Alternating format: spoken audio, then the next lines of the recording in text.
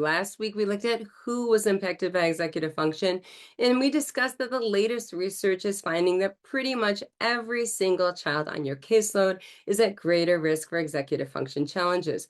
This week, we are looking at what to do. You're going to want to develop activities and use strategies that has executive function baked in. Today, I'm going to share with you 5 super powerful strategies that I use in my membership and that I use with my kiddos on a daily basis, day in and day out, that improve executive function. I encourage you to try one or all of these strategies with your caseload to treat the whole child not only to improve speech, improve language, but to change lives. We're going to dive into 5 powerhouse strategies. The first strategy is called problem, plan, action, and check. If you see me on YouTube, you're going to see that I'm using the gestures as well. But basically, we want children to learn this 4-step process because many of our children with executive function difficulties have difficulties in these 4 areas. First, many children don't even see that there is a problem in the first place. Second, many children don't know how to make a plan when there is a problem. Third, many children may see there's a problem, they have a plan, but they don't know how to initiate and take action. And then finally, many of our children can do all of these steps. They see there's a problem, they make a plan, they take action, but they don't take it to completion. They don't finish the job. What we want to do is we want to explicitly teach this 4-step process of first identifying the problem. Now, I love using gestures because when you use gestures, you can stop talking. And when you stop talking, you stop doing the push-ups for the child. You stop doing the idea retrieval. The child begins doing the idea retrieval, the word retrieval, the motor planning, the motor programming. The child is doing the push-ups and you're a passenger seat, not in the driver's seat. I like to pair it with this gesture and I'll ask them, what's the problem? And then they'll say problem, and I'll just show them the gesture. And then they tell me what the problem is. I give them support as necessary. Then I give them the gesture for the plan, and I say, let's make a, and they'll say, plan. What's going to be our plan? And they tell me what we're going to do. Then I roll my arms and say, let's take action. And then I ask them, what action are we going to take? And they tell me what it is that we need to do. And then lastly, I say, we're going to check it. And I make a check mark with my hand. And I say, let's check this to completion. And that's when they finish our activities. I use these in the SIS membership and in my daily speech therapy, in which they use a dry erase marker and they check each of these tasks to completion. They're making a check with their dry erase marker, literally checking them off. They're getting them into that habit of using a checklist and checking off to ensure that they finished the job. So that is a 4-step process. You're going to see this a lot in my book and video form. The second powerhouse strategy in improving executive function is to use a multiple-step task-oriented movement activity in which you do not touch the child. If we're touching the child, we're doing the executive function for the child. We want the child to complete multiple steps. I have a 4-step process. The first step is the child is always going to say their complex treatment target, be it speech, be it language, or augmentative communication. The second step is always the same. They're going to select a sticker or an object from a group, and they're going to be given language cues. These can be function, feature, class clues. These can be WH questions. And from an array, they're going to select what that is. Or they can use a sensory bin in selecting it. Then the third step is always they're going to complete this obstacle course. I use obstacle courses. You don't need to have an obstacle course, but I like to work on the whole child, and knowing that our children are at greater risk for motor coordination difficulties, I use an obstacle course, and I really want to target that cerebellum. Then they go and they go and visually scan and attach it to a poster or a sticker, whatever that sticker is that I'm using in my group. And they come back, and the final step is always they check their checklist. So we have this four-step routine, and what that four-step routine does is it helps the child build working memory, where the child is going through independently without being touched a four-step process with their body. There's going to be a verbal working memory component, which we'll talk about next, and a visual working memory component in which they're remembering to go through this four-step process with greater levels of independence. So we have this going on, this working memory going on within this movement activity. We're also practicing the inhibitory control, the attention to task. We're improving the stamina of attention, which are not just completing one step cause and effect activities that won't build that stamina. They're doing a four-step process. And that four-step process is going to build that focused, sustained attention, which so many of our kiddos struggle with. Another area that we have here is cognitive flexibility. When we're doing these task-oriented movement activities, which are literacy or music-based, what we do is we have a different clue each time. So they're going to find, for instance, a different animal. What animal has 8 legs? And they're going to look through that visual array and not pick the animal they want, but they're going to pick the one that has 8 legs. That cognitive flexibility. And each time it's going to be a different type of cue. So they're going to pick a different animal the next time. It's not just whatever one you want out of the bunch. It's really based on what are the clues you're given in terms of the function, feature, and class. That is another way we can improve executive function by using these multiple step task-oriented movement activities. They pair so nicely with complex treatment targets because I like to use complex sentences and complex paragraphs, and they embed very, very complex either speech targets, 3-element clusters, or language targets, complex sentences.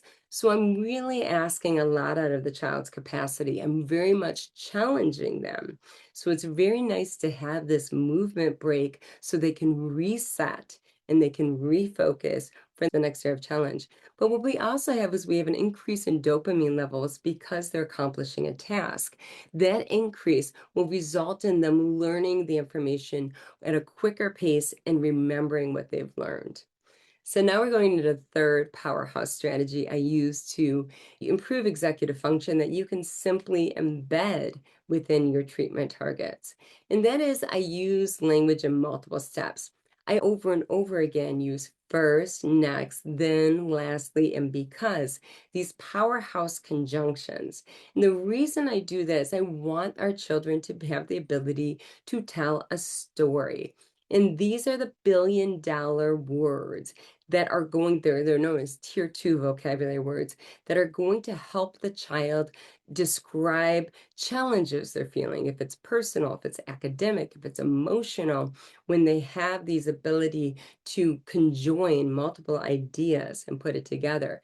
That you're upset because this happened, or that you feel frustrated because you're not able to do this, instead of having a tantrum, instead of having behavior issues. So this is a very important skill. Not all skills are created equally, and many experts would say the ability to form complex sentences or tell stories is perhaps the most pivotal language skill a child can develop because it really does have social emotional outcomes. So and cognitive outcomes as well.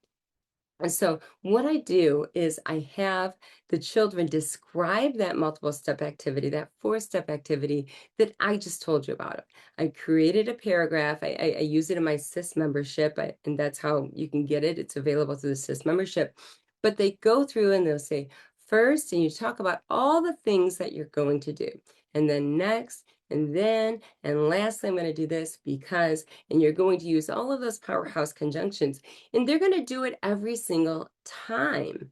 And what's going to happen is it's going to build automaticity. So when we have that automaticity, that means that the child's going to be able to use these conjunctions at a level that is novel. And when they come across novel verbs, novel ideas, novel nouns, they're going to be able to insert it into that nice ladder scaffold of first, next, then, lastly, because, and organize their ideas. This is hugely important for a child, particularly with developmental language disorder, because verbal working memory is the great weakness across age groups, and it's persistent.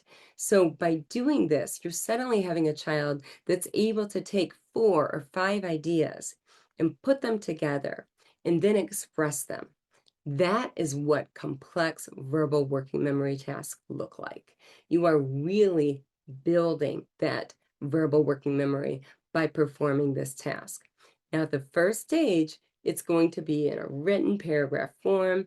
They're going to be supported throughout it, and then the cues and the prompts are going to be removed, and the child's going to be doing it on their own. Then, after that, we're going to get into the fourth strategy. The child is going to use those scaffolds after they're memorized, and the fourth strategy is to describe novel activities. So, for instance, for Father's Day, we're going to make a friendship bracelet. And I'll ask, how do we make a friendship bracelet? Now, I might cue first, next, then lastly with my gesture cues. So it looks like this. I do the F for the first one, first. For the next, I touch my nose for an N sound, next. For the then, I stick my tongue out for the th sound. Isn't that cue that we're looking for that? For lastly, I do the L cue, the la, right? Just you do those cues non-verbally. I let them think about the language. I let them do the word retrieval. I let them do their push-ups. We can't do their push-ups for them. And then they go ahead and tell the story. So they're going to tell me a story about how to, for instance, make a bracelet. So they'll say, first, pick a bead.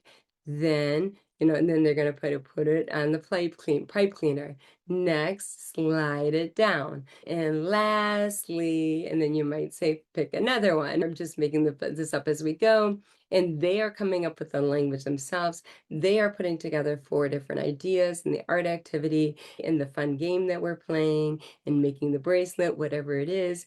They're coming up with the language themselves, and they're putting it all together. So in the beginning, it is very much supported, it's very much scaffolded, it's very much almost even memorized because you're using the same sample paragraph so that they can develop independence and automaticity. Then after that, they're taking what has been memorized and they're using it in a spontaneous generative manner. This is the last strategy I'm going to share with you for improving executive function, and that's how I use with speech sound disorders.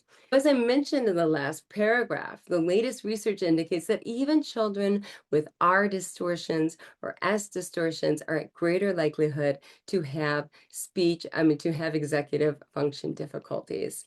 Well, it turns out that if the child has phonological processes, even more so, and if the child has a speech motor disorder, such as apraxia, even more so. So the more severe the speech sound disorder, the greater the likelihood is that they will have executive function challenges.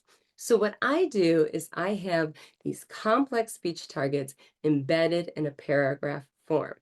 Now, the conjunctions I use in that paragraph form are the Powerhouse Tier 2 vocabulary conjunctions, which are first, next, then, because, lastly. So I use those so that those develop automaticity, and I get 2 for the price of 1. I'm improving the child's speech while improving their language, while improving their executive function. This is what we want to think about when it comes to treating children with communication impairments, is not just treating the speech delay or the language delay or just one little goal area. What you want to do is you want to create educationally rich activities that improve executive function. This might be all new for you because this is not your mama's therapy. This is not what you learn in graduate school. This is not what you learn at continuing ed courses unless it's one of mine. But what I would challenge you to do is to take one of these strategies and to put it into your therapy and work on treating the whole child and really creating lifelong change. I also encourage you, if you haven't yet, try the SIS membership. Go ahead and join for just a month for the SIS membership. Get the treatment targets, and then you can just cancel. You only joined for a month. You have all the treatment targets. Take those treatment targets, embed them into your therapy, and see what happens on your back porch. I know on my back porch, that is a huge game changer. The treatment targets that I use that treat executive function, that have the children practicing first, next, then lastly, because to an automatic level. What you see when you do that, and what our research has shown, is more than just an improvement in the mean length of utterance. That's what we showed when you do these paragraphs with these wonderful complex sentences. But you're also going to see children that are spontaneously producing complex sentences, that are on their own producing more complex ideas, and they're expressing themselves more clearly when they're frustrated instead of having breakdowns. It's really amazing how the treatment targets working on executive function have such an impact not only on speech, not only on language, but also on the child as a whole. So I want you to take what you do best, which is to roll up your sleeves and make the world a better place, one child at a time. You will always be first.